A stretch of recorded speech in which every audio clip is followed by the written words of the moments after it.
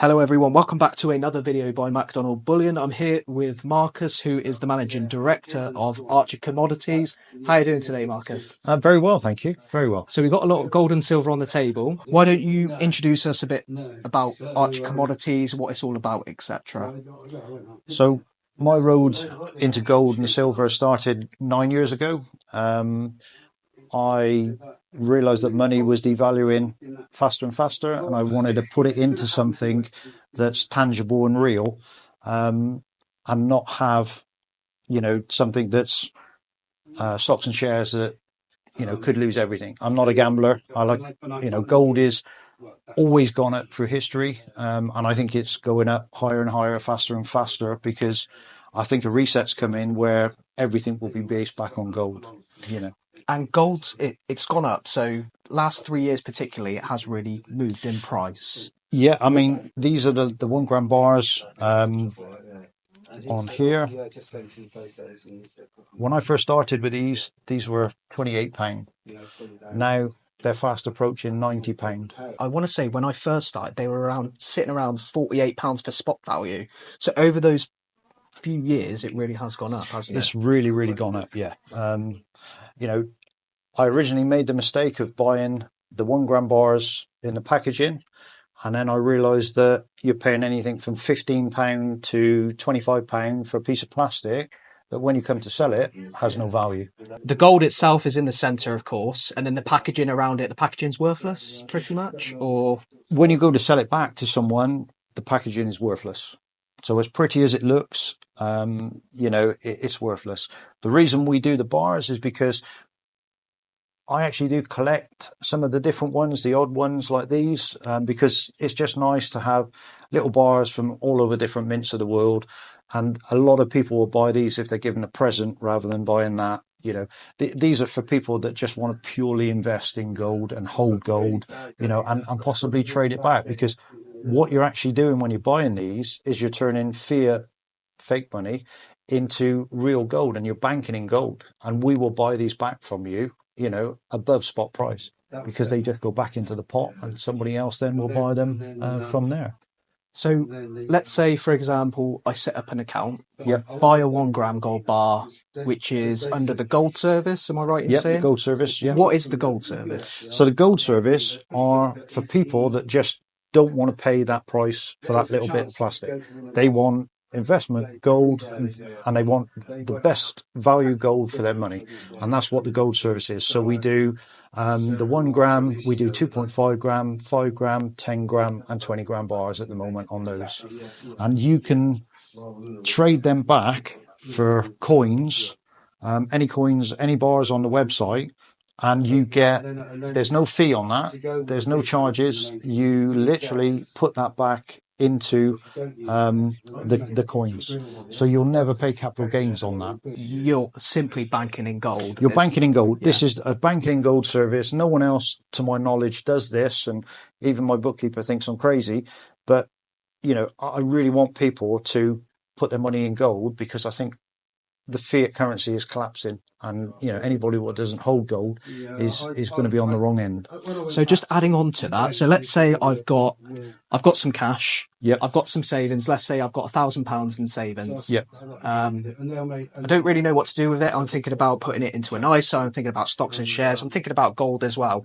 What would be the best thing for me to preserve that money if I wanted to save it and perhaps add to it over time? Would it be this gold service then? So I would say yes, you can do that, because you're literally keeping £1,000 worth of fiat currency in gold.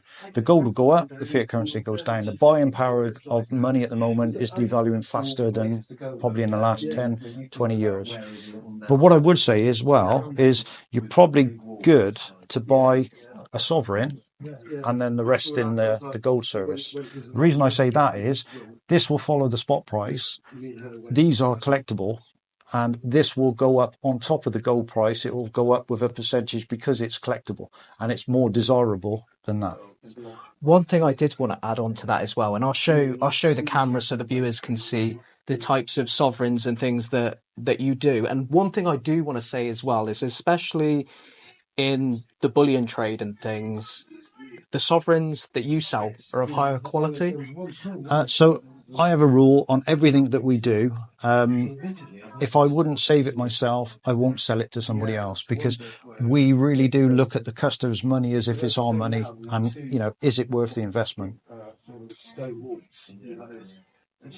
And they're really nice quality coins. So some of these, which I'll just show you now, you've got lots of different monarchs. What's your thoughts on the newer sovereigns, the rose gold sovereigns? I'm unsure on those. I like history. So I like the fact that these coins are old. I mean, if you think some of these are almost 150 years old, I like that. That coin, it'd be nice to know where that coin's been, what it's seen, where it's been in the world. You can imagine it's been all over. I'm not really so much into the newer stuff. I like the Britannia coin. I mean, there's an old, really big Britannia there, which is a lovely coin. I actually like them more than the new ones, because I think if you came to sell it, you'd get a better value for this, because it's got a bit of history and it's older and it's larger than one of the new ones. But the new Britannias are fantastic these are good for banking in gold, up to £2,500. If you've got more than £2,500 you want to bank in gold, then you would probably put it into Britannias, because the 1 ounce gold Britannia has probably got the lowest premium. You're getting the best buck for your money. You can liquidate it up to £1 million tomorrow, and have the money back in literally 24 hours. So the Britannias really, for me, are a bigger version of that, and you obviously capital gains free on those. Can we have a variation of bars and coins? What would be the best sort of option for people? I like it. I like a spread. So I personally have some of these, which I emptied a savings account of £2,500 almost 2 years ago. Bought me 54 of these. That's now worth almost £5,000. So it's doubled, and I've done nothing. So I like them. I like sovereigns. I don't think you can go wrong on sovereigns. I mean, I think there's one there that I bought maybe 6 years ago. I think I paid about £250 for that coin. And now, because it's a low mintage one, it's worth anything from £3,500 to £5,000. So how do you get a better investment than that? I really liked the 1 ounce Queen's Beast coins when they first come out. I think the design is beautiful on there. I bought a load of them at £1,290, and now they're worth £5,000, for one with no marks on. And that's because people value the collection. The collection, yeah. I mean, I'll tell you a funny story. A friend of mine bought a walnut box with 10 sovereigns in, and it was £15,000. And I said, "You've overpaid." He said, "I have." He said, "But I like them." He said, "I really like the box." He said, "It's 10 all in a line. I really like them." I saw him 3 weeks later. He'd sold it to an American collector for £35,000. So the value is in the eyes of the beholder. So, that bar there, that silver bar, that's a 5 kilo, that's a 5 kilo minted bar.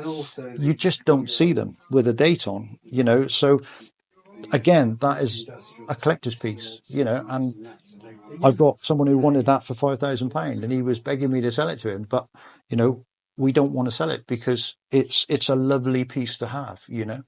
Silver's got VAT. Yes. 20%. Yes. What's your thoughts on silver? If you like it and you're buying it because you like it and it's a treat, then yeah, I mean, I love that coin there. It's a 1 ounce Britannia. It's a special edition. I just really like it. Okay. So one thing I was saying off camera to you, just before making this video, is these 1 ounce Britannias 2017. I personally haven't seen this one before. So I imagine that people that are interested in gold and silver, they may not have seen this as well. There's certainly things on the table that you do have, which I've never seen before. Yeah, yeah. Bigger gold bars. So we've got a 250 gram on this table. if I had the capital to put a larger amount into gold, would I be better off buying kilo bars or smaller, or a mix of sovereigns? What would you suggest? Well, one of my goals was to get a 1 kilo gold bar. That was what I wanted, you know. But having spoke to serious people that trade in gold, everybody, the census is nobody buys bigger than a 250 gram bar, because with a 1 kilo bar, you're so limited when you want to sell it, and you don't get the best price for it.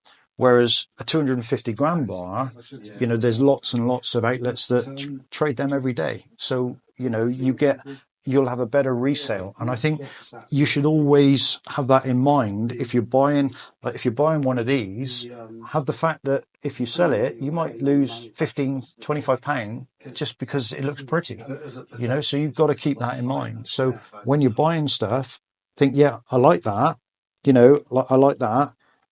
I didn't buy that thinking, oh, I'm going to make money on it. I bought it because I liked it, you know, and there's a difference in liking stuff and collecting stuff to investing in gold. You know, that was an amazing investment, you know. That was a very good investment because it's a Liberty bar. It's a very old limited edition one, and it's almost twice the value of what the gold is because it's very collectible. And this one, do you know what year it is? 1982. 1982. Yeah.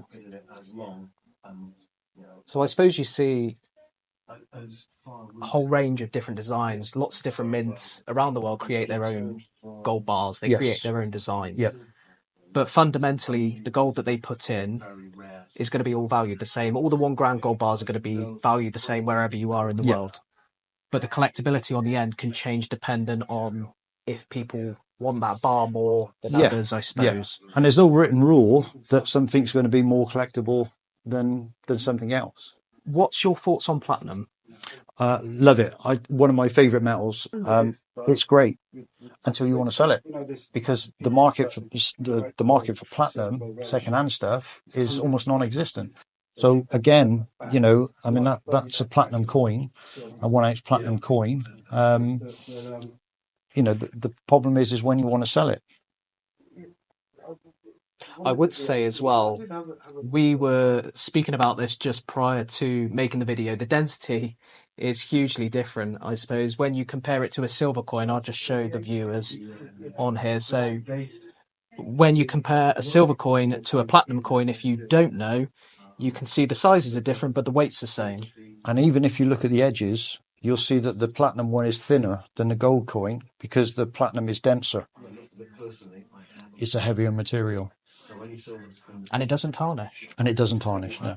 So these are really nice, you know, but since about 2018, 2019, these have just over doubled in money, whereas a gold coin, you know, of the same Queen's Beast has 3 times its own, and you don't pay any tax on it. You know, so, you know, as an investor, my aim is I want to put my money into something that doesn't lose value and gains value, you know, and if I buy a gold coin, I don't have to pay any value added tax on it. If it's a UK coin, I don't have to pay any capital gains tax on it. Whereas on silver, you have to. So if you want to buy a load of these and you're going to put £10,000 in, you might as well have £12,000 in your hand, open your window and chuck £2,000 out the window, because you're chucking that £2,000 away. Whereas with gold, you're putting every single penny in, and then pennies are working for you then, you know, as long as you hold that gold. So for me, gold wins, and I don't really buy any silver now unless a customer asks, oh, well, we want one of these coins, and okay, we'll get you and we'll supply it to you. But for me now, gold is really where my investment is. I just think with money devaluing, you know, the way it is, I think, you know, this is why we do these 1 gram bars.